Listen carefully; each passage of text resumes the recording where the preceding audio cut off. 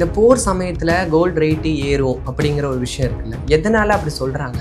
எதனால போர் சமயத்துல gold rate ஏறும்? ஜென்ரலா எந்த அன்சர்டன்டி இருந்தாலும், நிச்சயமற்ற தன்மை இருந்தாலும் கோல்டு ஏறும்.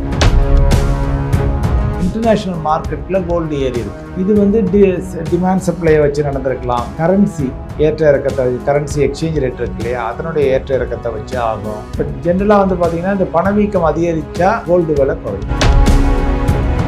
கோல்டு ஒரு சைக்கிள் தான். எப்போவுமே ஒருமுகமாக ஏறிக்கொண்டே செல்லாது. இன்னைக்கு அரசாங்கங்கள் வாங்கிட்டே இருந்தாங்க, கோல்டு ஏறிச்சு. இப்போ இந்த பல பிரச்சனைகள் வரவும் அரசாங்கம் இப்போ கோல்டு வாங்குறத நினைக்காது. அப்படிங்கிறத ஆட்டோமேட்டிக்காக ப்ரைஸ் குறைய வாய்ப்பு இருக்கிறது அடுத்த ஓரிரு வருடங்களில். ஷேர் எடுத்துகிட்டு போக முடியாது, மியூச்சுவல் ஃபண்ட் எடுத்துகிட்டு போக முடியாது, எஃப்டி, லேண்டு எதையும் தூக்கிட்டு நீங்கள் போக முடியாது. இன்னொரு நாட்டுக்கு தூக்கிட்டு போக முடிஞ்சது தங்கத்தை தான். ஸோ அதனால ஜென்ரலாக அந்த கோல்டுக்கு இன்னொரு மதிப்பு எப்போவுமே இருக்குது. சுரங்கத்திலேருந்து வர்ற கோல்டு ப்ரொடக்ஷன் பார்த்தீங்கன்னா 3500 டன். அந்த 3500 டன்னா ஏற்கனவே மக்கள் தான் வாங்கிட்டு இருந்தாங்க. இப்போ இந்த மத்திய அரசாங்கங்கள் போய் நான் 1000 டன் வாங்குறது, 2000 டன் வருஷத்துக்கு வாங்குறோம்னு சொல்லவும் கடந்து விலை ஏறிடுச்சு. ரிஃப்ளெக்ட் நேயர்களுக்கு வணக்கம். இன்னைக்கு நம்ம யார் கூட பேச போறோம் அப்படின்னு பாத்தீங்கன்னா, mutual fund distributor Chockalingam sir கூட தான் பேச போறோம். வணக்கம் சார். வணக்கம். வணக்கம். பொதுவாகவே இந்த மாதிரி வாரெல்லாம் வந்துச்சுன்னா கோல்டு ரேட் உச்சத்துக்கு போகும் அப்படிங்கிற மாதிரி தான் எதிர்பார்ப்போம். ஆனால் கடந்த சில நாட்களாகவே கோல்டு ரேட் கம்மியாகிட்டே வந்துட்டு இருந்துச்சு. இன்னைக்கு பார்த்தா திடீர்னு கோல்டு ரேட் 800 சவரனுக்கு 800 ரூபாய் உயர்ந்துருச்சு அப்படின்னு சொல்றாங்க. இந்த திடீர் மாற்றத்துக்கான காரணம் என்ன சார்? ஜென்ரலாக கோல்டு இந்த போர் வந்திருக்கையில் விலை குறைஞ்சதுக்கு காரணம் என்னென்னா, எண்ணெய் விலை ஏறுறதுனால, கச்சா எண்ணெய் விலை ஏறுறதுனால பணவீக்கம் அதிகரிக்கும். பணவீக்கம் அதிகரித்தா உங்களுக்கு இன்ட்ரெஸ்ட் ரேட்டு கூடும். ஃபிக்ஸட் டெபாசிட், பாண்டுக்கெல்லாம் உள்ள இன்ட்ரெஸ்ட் ரேட்டு கூடும். இன்ட்ரெஸ்ட் ரேட் அதிகமாக கிடைச்சுன்னா கோல்டை வித்துட்டு பாண்டில் கொண்டே போட்டுருவாங்க. ஏன்னா கோல்டை நீங்கள் கையில் வச்சுருந்தீங்கன்னா உங்களுக்கு டிவிடெண்ட் கிடைக்காது, இன்ட்ரெஸ்ட் கிடைக்காது, ஒன்றும் கிடைக்காது. வேற பாண்டை வச்சுருந்தீங்கன்னா உங்களுக்கு இன்ட்ரெஸ்ட் கிடைக்குது. ஸோ அதில் இன்ட்ரெஸ்ட் அதிகமாக கிடைக்கையில் கோல்டை வித்துட்டு பாண்டில் கொண்டே போடுவாங்க மக்கள் பொதுவாக. ஸோ அதனால தான் குறைஞ்சிக்கிட்டு இருக்குது. அப்புறம் இது இப்போ ஏற்பட்டிருக்க ஒரு 1% 1.5% இன்டர்நேஷனல் மார்க்கெட்டில் கோல்டு ஏறி இருக்கு ஸ்லைட்லி. இது டிமாண்ட் சப்ளையை வச்சு நடந்திருக்கலாம். கரன்சி ஏற்ற இறக்கத்தை வச்சு, கரன்சி எக்ஸ்சேஞ்ச் ரேட் இருக்கு இல்லையா, அதனுடைய ஏற்ற இறக்கத்தை வச்சு ஆகும். ஸோ இது மாதிரி பல காரணங்கள் இருக்கின்றன. பட் ஜென்ரலாக பார்த்தீங்கன்னா இந்த பணவீக்கம் அதிகரிச்சா கோல்டு விலை குறையும். இப்போ நிறைய பேர் என்ன நினைச்சாங்கன்னா, இது குறையுது, நம்ம பொறுமையா இருப்போம், இன்னும் கொஞ்சம் குறையட்டும், அதுக்கப்புறம் வாங்கிக்கலாம் அப்படின்னு நினைச்சாங்க. இப்போ திடீர்னு ஏறிடுச்சு, இது திரும்ப குறையறதுக்கு வாய்ப்பு இருக்கா? தாராளமா. உங்களுக்கு இந்த க்ரூட் ஆயில் பிரைஸ் அதிகமாகவே இருந்துச்சுன்னா இந்தியா உட்பட அனைத்து நாடுகளிலும் பணவீக்கம் அதிகரிக்கும். பணவீக்கம் அதிகரிச்சா இப்போ கவர்மெண்ட் ரிசர்வ் பேங்க் எல்லாம் ரேட்டை ஏற்றுவாங்க. இன்ட்ரெஸ்ட் ரேட் ஏத்தையில் கோல்டை வித்துட்டு அதுக்கு தான் போவாங்க. அதனால மக்கள் இந்த ஒரு சில தினங்களில் உள்ளதை வச்சு அவசரப்பட்டு முடிவெடுக்க வேண்டாம். ஓகே. இப்போ கடந்த சில நாட்களாகவே, கடந்த 1.5 வருஷத்துல கோல்டு பயங்கரமா ரேட் ஏறிடுச்சு. 15,000 ரூபாய் கிட்ட வரைக்கும் போயிடுச்சு. இது திரும்ப 10,000 ரூபாய்க்கு வர வாய்ப்பு இருக்கா சார்? அடுத்த 2 வருஷத்துல தாராளமாக இருக்குன்னு தான் நான் நம்புறேன். எப்படி சொல்றீங்க சார்? இல்லை, ஜென்ரலாக கோல்டு ஒரு சைக்கிள் தான். எப்போவுமே ஒருமுகமாக ஏறிக்கொண்டே செல்லாது. அது எல்லா பொருட்களும், எல்லா சொத்து வகைகளும், ரியல் எஸ்டேட்டு லாங் டேர்ம்ல ஏறும் இல்லைங்கள. அது ஒரு மிதமான ஏற்றம் இருக்குமே தவிர ஒரு 6% 7% வருஷத்துக்கு அப்படின்னா லாங் டேர்ம்ல அந்த ஏற்றம் இருக்கும். ஆனா 100% 200% இப்ப ஏறின மாதிரி எப்பவும் ஏறிக்கிட்டே இருக்காது. ஒரு மிதமா. அது ரெண்டாவது பாத்தீங்கன்னா எல்லாமே சைக்கிள் தான். இன்னைக்கு அரசாங்கங்கள் வாங்கிட்டே இருந்தாங்க, கோல்டு ஏறிச்சு. இப்ப இந்த பல பிரச்சனைகள் வரவும் அரசாங்கம் இப்ப கோல்டு வாங்குறத நினைக்காது. இந்த பிரச்சனைகளை எப்படி சமாளிக்கிறது, இதுக்கு நம்ம எக்ஸ்போர்ட் இம்போர்ட்டுக்கு எப்படி பேமெண்ட் பண்றது, டாலர் ரிசர்வ் இன்னும் கொஞ்சம் அதிகப்படுத்திக்குவோம், அது மாதிரி யோசிக்க ஆரம்பிச்சிருவாங்க. அதனால கோல்டு மேல உள்ள கான்சன்ட்ரேஷன் மத்திய வங்கிகளுக்கு குறைந்து விடும். அப்படிங்கிறதுல ஆட்டோமேட்டிக்கா பிரைஸ் குறைய வாய்ப்பு இருக்கிறது அடுத்த ஓரிரு வருடங்கள்ல. இப்போ நிறைய பேர் சொல்றாங்க, லாங் டேர்ம் இன்வெஸ்ட்மெண்ட்டுக்கு கோல்டை இப்போதைக்கு நீங்க சூஸ் பண்ணாதீங்க அப்படின்னு சொல்றாங்க. ஏன் அப்படி சொல்றாங்க சார்? இல்லை, எந்த கோல்டுன்னு இல்லை, எந்த சொத்துமே விலை மலிவாக இருக்கையில நம்ம போய் வாங்கணும்.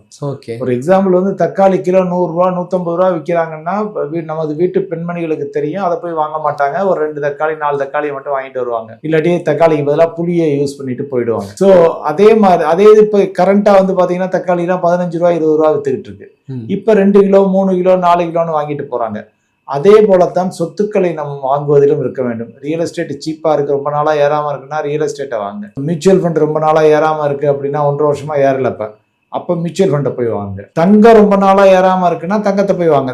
எந்த சொத்து ஏறிக்கொண்டே இருக்கிறதோ அதை வாங்குவது புத்திசாலித்தனம் அல்ல, முதலீட்டிற்காக. தேவை இருந்து வாங்கினீங்கன்னா வேற. இப்போ எனக்கு ஒரு வீடு வேணும்னா நான் வீடு விலை குறையட்டும்னா அது வரையும் காத்திருக்க மாட்டேன். எனக்கு நான் இருக்க போகிறது ஒரே ஒரு வீடு, அது எந்த விலையாக இருந்தாலும் நான் வாங்க போகிறேன். இப்போ நான் 2வது வீடு 3வது வீடெல்லாம் வாங்குறேன்ல முதலீட்டுக்காக. ஸோ அதை நான் ரேட்டு சீப்பாக இருக்கையில் தான் வாங்கணும். அதே மாதிரி கோல்டையும் ரேட்டு சீப்பாக இருக்கையில் தான் வாங்கணுமே தவிர ரொம்ப ஹை ப்ரைஸ் உச்சத்தில் இருக்கையில் போய் வாங்கக்கூடாது. இந்த போர் சமயத்தில் கோல்டு ரேட்டு ஏறும் அப்படிங்கிற ஒரு விஷயம் இருக்குல்ல, எதனால் அப்படி சொல்கிறாங்க? எதனால் போர் சமயத்தில் கோல்டு ரேட்டு ஏறும்? ஜென்ரலாக எந்த அன்சர்டன்ட்டி இருந்தாலும், நிச்சயமற்ற தன்மை இருந்தாலும் கோல்டு ஏறும். அது போருங்கிறது ஒரு உச்சபட்ச நிச்சயமற்ற தன்மை. ஸோ அப்போ என்ன ஆகும்? இப்போ நீங்கள் இந்த நம்ம இந்தியா பெரிய நாடு, நம்ம இங்கே தான் இருக்க போகிறோம், நம்ம எங்கேயும் போக போகிறதில்ல. இப்போ குட்டி நாடுகள்லாம் இருக்குல்ல, இப்போ ஸ்ரீலங்கா போன்ற குட்டி நாடுகள், அது மாதிரி பல நாடு, சின்ன சின்ன நாடுகள்லாம் இருக்குல்ல, அங்கேருந்து அகதியாக வர்றாங்கல்ல போர் நடக்கையில். அகதியாக போகையில் நீங்கள் உங்கள் பேங்க் ஃபிக்ஸட் டெபாசிட் எடுத்துகிட்டு போக முடியாது, கவர்மெண்ட் பாண்டை எடுத்துகிட்டு போக முடியாது, வீடை எடுத்துகிட்டு போக முடியாது, நிலத்தை எடுத்துகிட்டு போக முடியாது. எதை எடுத்துகிட்டு போகலாம்? தூக்கிட்டு ஓடையில் கோல்டை தான் தூக்கிட்டு போகலாம். இவ்வளோ சின்ன கட்டி அதை எடுத்துகிட்டு போனால் நான் இன்னொரு நாட்டிலையும் அதை விற்றுட்டு நான் உடனே இங்கே செட்டில் ஆகிறதுக்கு எனக்கு வழி இருக்கும் அப்படின்னு சொல்லி. ஸோ அதுதான் ஆதி காலத்தில் கோல்டுனுடைய மவுஸை கூட்டுச்சு, மதிப்பை கூட்டுச்சு. ஸ்டில் அதே மைண்ட் செட்டு எல்லாருக்கும் இருக்குது. ஏன்னா நம்ம ஷேர் எடுத்துகிட்டு போக முடியாது, மியூச்சுவல் ஃபண்ட் எடுத்துகிட்டு போக முடியாது, எஃப்டி, லேண்டு எதையும் தூக்கிட்டு நீங்கள் போக முடியாது இன்னொரு நாட்டுக்கு. ஸோ தூக்கிட்டு போக முடிஞ்சது தங்கத்தை தான். ஸோ அதனால் ஜென்ரலாக அந்த கோல்டுக்குன்னு ஒரு மதிப்பு எப்போவுமே இருக்குது. ஸோ இப்போ பிரச்சனைகள் வரையில் எல்லாரும் போய் தங்கத்தை வாங்குறாங்க. அதே மாதிரி இன்னொரு விஷயமும் கேள்விப்பட்டேன். இப்போ சமீபத்தில் உலக நாடுகள்லாம் அவங்களுடைய கஜானால கோல்டை தான் அதிகமாக சேர்க்குறாங்க அப்படின்னு சொல்லிட்டு, ஆனால் இப்போ போர் காலத்தில் பாண்டை நிறைய சேர்க்குறாங்க அப்படின்னு சொல்கிறாங்க. ஏன் அப்படி பண்ணுறாங்க? கஜானா உலக நாடுகள் எதுக்காக கோல்டு அதிகமாக சேர்த்தாங்கன்னா, இடையில இந்த ரஷ்யா உக்ரைன் போர் நடக்கையில் ஆரம்பிக்கையில் ரஷ்யாவுடைய பணம் $300 பில்லியன் இருந்துச்சு வெளிநாட்டில், பாண்ட்ல இன்வெஸ்ட்மெண்ட் பண்ணி வச்சிருந்தாங்க, அமெரிக்கன் பாண்ட்ஸ்ல. அதை ஜப்தி பண்ணிட்டாங்க. ஜப்தி பண்ணவும் உலக நாடுகளுக்கு பூரா பயம் வந்துருச்சு. ஐயோ நம்ம பூரா அமெரிக்கன் பாண்ட்லேயே தானே வச்சிருக்கோம், நாளைக்கு அந்த அரசாங்கம் ஜப்தி பண்ணிச்சுன்னா என்ன பண்றது, பணம் காணாம போயிடுமே. அதுக்கு பெட்டர் ஒரு போர்ஷனை ஒரு 10%, 15% நம்ம கோல்டா வாங்குவோம் அப்படின்னு சொல்லி கோல்டை வாங்க ஆரம்பிச்சாங்க. அது வாங்க ஆரம்பிக்கவும் தான் இந்த அளவுக்கு ரேட் ஏறிச்சு. அது வரைக்கும் கோல்டு அமைதியா தான் இருந்தது. ஓகே, இந்த நாடுகள்லாம் இந்த மாதிரி வாங்கும்போது தான் ரேட் அதிகம். ஏன்னா வருஷத்துக்கு சுரங்கத்திலேருந்து வர்ற கோல்டு ப்ரொடக்ஷன் பார்த்தீங்கன்னா 3500 டன். அந்த 3500 டன்னை ஏற்கனவே மக்கள் தான் வாங்கிட்டு இருந்தாங்க. இப்போ இந்த மத்திய அரசாங்கங்கள் போய் நான் 1000 டன் வாங்குறேன், 2000 டன் வருஷத்துக்கு வாங்குறோம்னு சொல்லவும் கடன்னு விலை ஏறிடுச்சு. இப்போதைக்கு கொஞ்சம் ஸ்லோ டவுன் பண்ணியிருக்காங்க. அதனால இப்போ ப்ரைஸில் நீங்கள் பெரிய ஏற்றத்தை பார்க்க முடிவதில்லை.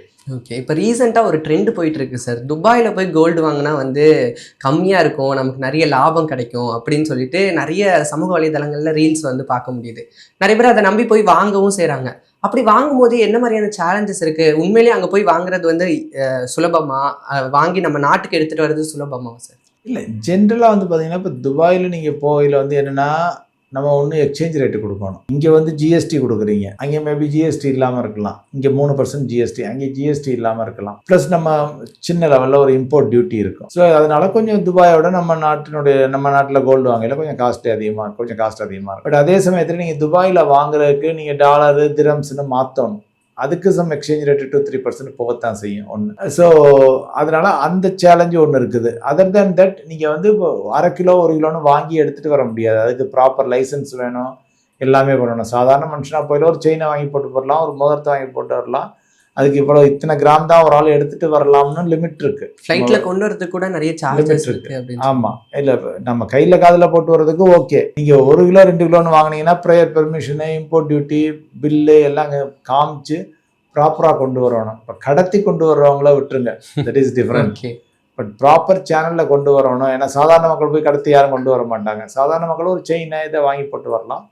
அதற்கு மேலே போட்டு கொண்டு வரலாம், கொஞ்சம் யோசிச்சுட்டு தான் பண்ணணும். ஓகே சார், நிறைய விஷயங்கள் எங்களுக்காக பகிர்ந்துக்கிட்டீங்க. ரொம்ப நன்றி. நன்றி.